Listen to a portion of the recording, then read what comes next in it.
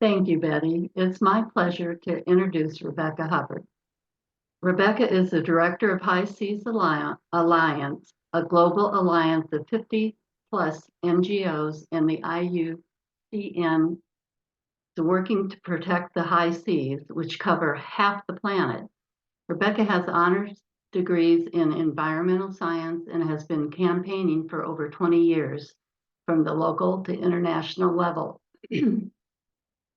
primarily to better protect and manage the ocean. She lives in Muwinina country in Tasmania, Australia. Prior to opening up for everybody, we were talking to Rebecca and we had asked her how she got involved in working with the oceans. And I'd kind of like her to talk to you about that. So Rebecca, welcome to the Indiana Council of World Affairs. Thank you, Diane, and thank you everybody for having me. It's really fantastic to be with you. Sorry, I've had a bit of a cold, so I've got a bit of a croaky voice. Yeah, so I am Australian, and I grew up on dairy farms, but my dad was a surfer, so I spent a lot of time at the ocean and a lot of time kind of connecting with nature. And I did a degree, and then I did a little bit of work with government and realized that they weren't working fast enough or hard enough to deal with the environmental problems that we were facing, even back in the 90s. And so I made a commitment to never work for the government again. And then I proceeded to only work with non-government organizations for the next 20 plus years. And yeah, I guess the way that I got into ocean and then specifically into the high seas is that I was more of a general environmental campaigner and conservationist. I didn't study marine biology specifically, but I surf myself as well and spend a lot of time in the ocean and really have a lot of respect for the ocean. But I discovered that like only a tiny fraction of our conservation efforts as humans go into the ocean, primarily because we don't live there, right? We spend most of our time focused on what's happening on land.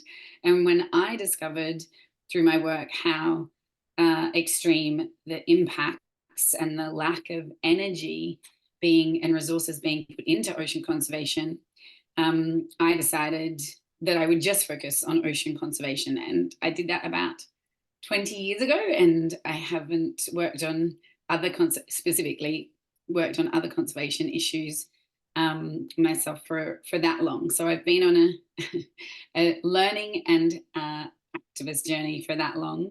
And yeah, worked around Australia and then in Europe on sustainable fisheries. And I guess that so I just started with High Seas Alliance 1 year ago. And when I saw the opportunity to work with them, I was just really excited because the high seas does cover half the planet.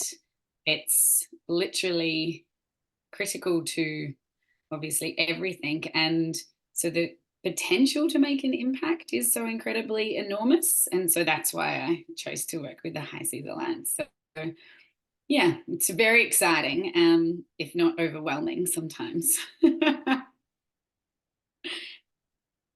So, Diana, do you want me to just start the presentation now? Yep. Okay. So I'm going to share my screen. I've got a little bit of pictures to keep your attention. My screen sharing is paused. Why is my screen sharing paused? Let me just check. My screen sharing is paused. Going to stop sharing for 1 second. Did something different before, which was because I went out of that Google Chrome found it. Okay. Okay, I'm going to have to start not in presentation mode, but I will get to presentation mode. Don't worry. Can you see the presentation now? Oh. Yeah.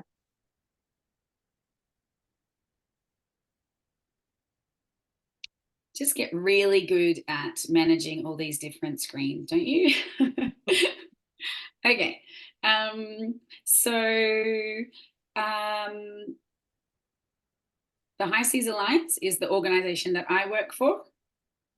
And we are an alliance of, I think we have now 55 member groups, and the International Union for the Conservation of Nature, which is an international organization, intergovernmental organization. And essentially our members are groups, they range from the really big international NGOs that you might have heard of, like Greenpeace, or maybe Pew or BirdLife, if you like birds.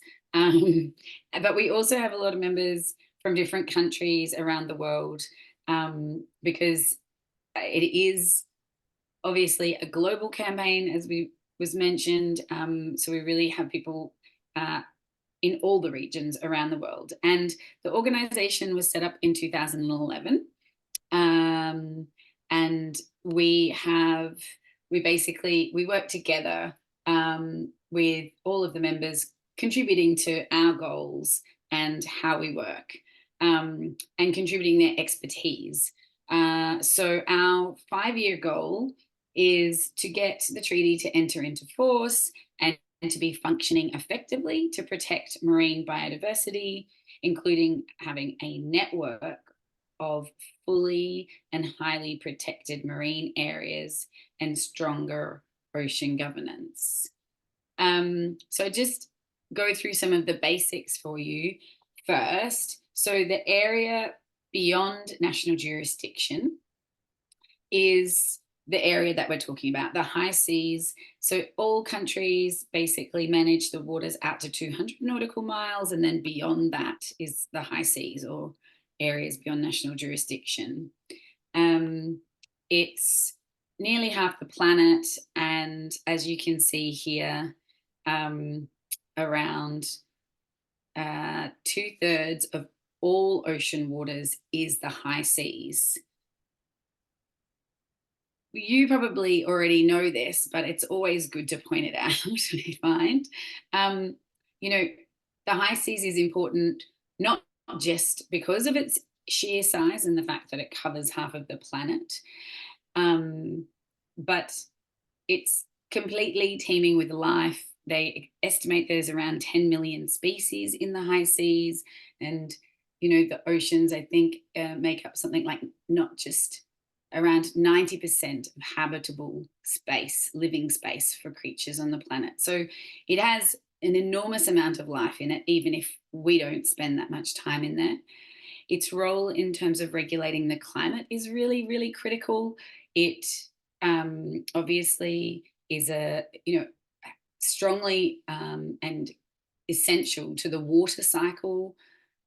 It's the largest store, or the ocean itself is the largest store of carbon on the planet, and it similarly has absorbed around 90% of the excess heat that we've created from man-made climate change in the last 50 years.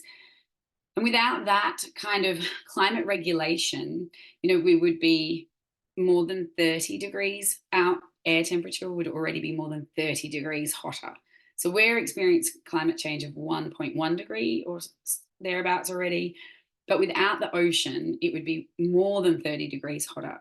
And all this excess carbon that's being absorbed by the ocean would be, in the atmosphere as well. So it's absolutely essential for climate regulation, and a critical part of that is because it's filled with life. It has this biological pump of fish and plankton and large mammals, and those animals are absorbing the CO2, and they're helping to store and sequester that away into the deep ocean and the seabed.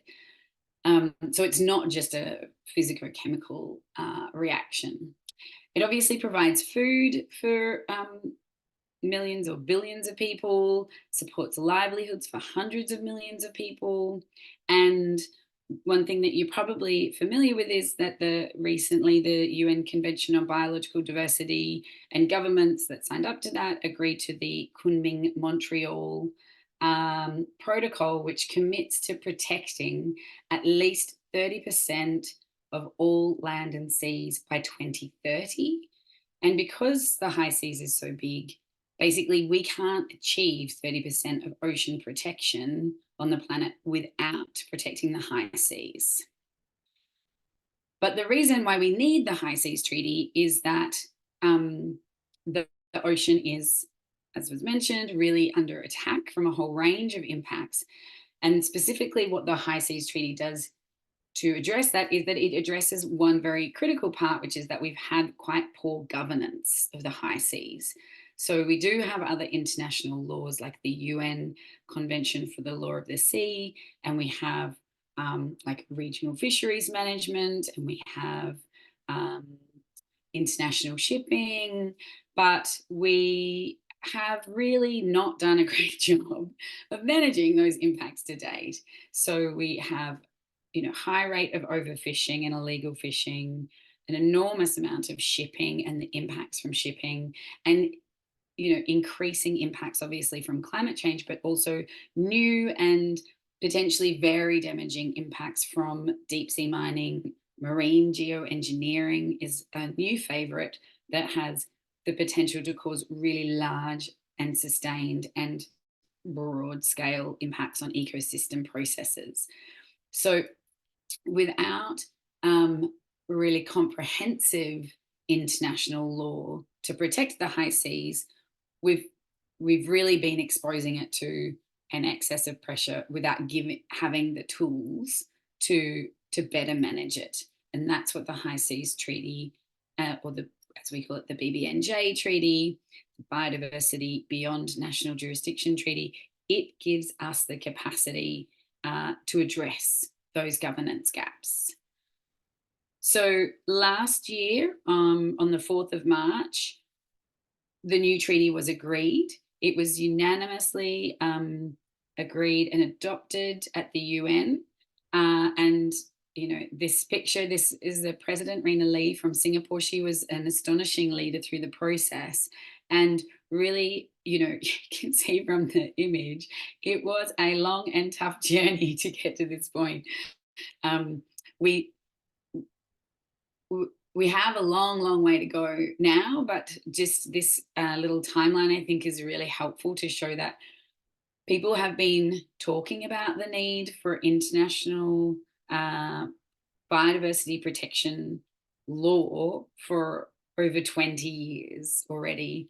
And it's taken us this long to get here. And I wanted to just highlight that the High Seas Alliance and our members were, even though we started in 2011, so on that purple dot in the bottom right, some of our members and the leaders in the organization were the people who started the conversation about the need for the treaty way before even 2002, and were there at the beginning. So we're really fortunate to have incredible expertise and networks working towards this. So in terms of what's in the treaty, there are 4 key pillars to the treaty. There's a section on area-based management tools, and that includes marine protected areas. So it gives us a pathway to help protect at least 30% of the oceans, and it gives a clear process on how to do that. I'll give you a little bit more information in a minute on each of these. It also has a section on the requirement to have environmental impact assessments to prevent harmful activities.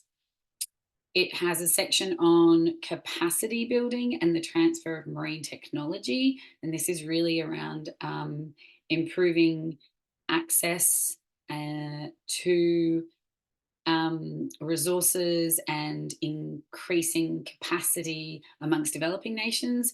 And similarly, the 4th pillar is around equity, promoting equity through the fair and equitable access and to marine genetic resources and their benefits. So I'll tell you a little bit more about each one of these sections. So in the marine protected areas, or ABMT section of the treaty, essentially it sets a clear set of objectives about the need to create connected networks of marine protected areas, and it describes the process for how to do that. What needs to happen, who needs to be engaged, what like how a marine protected area can be proposed, who has to vote on it, who gets to agree, and then how will it be managed afterwards. So I'm just going to give you a little bit about each of these sections, and then people can ask questions at the end. We at the High Seas Alliance have already, working with our members, have already identified a suite of areas around the global ocean that should be considered as the first wave of priority sites to be protected under high seas marine protected areas. These are based on biodiversity features, but also on representing different types of ecosystems in the high seas. And these are all available on our website. People can have a look. There's a really beautiful website that has lots of information about it. The second pillar is around the requirement to have environmental impact assessments. So activities need to be assessed and managed to avoid or manage their adverse effects. The thing that's some of the key features that are really good about the environmental impact assessment pillar is it requires greater transparency. Proponents of activities need to provide data to this clearinghouse mechanism, which is it's where data needs to be provided, and the public and other stakeholders can access that information. So it brings greater accountability into this process around what kinds of activities can be allowed and how they'll be managed. There's also another good feature about the environmental impact assessment section is that it will help to raise the standard of other environmental impact assessment requirements in other international bodies. Before I mentioned regional fisheries management, also International Seabed Authority or International Maritime Organization manages shipping. Those other international forums don't have the same kind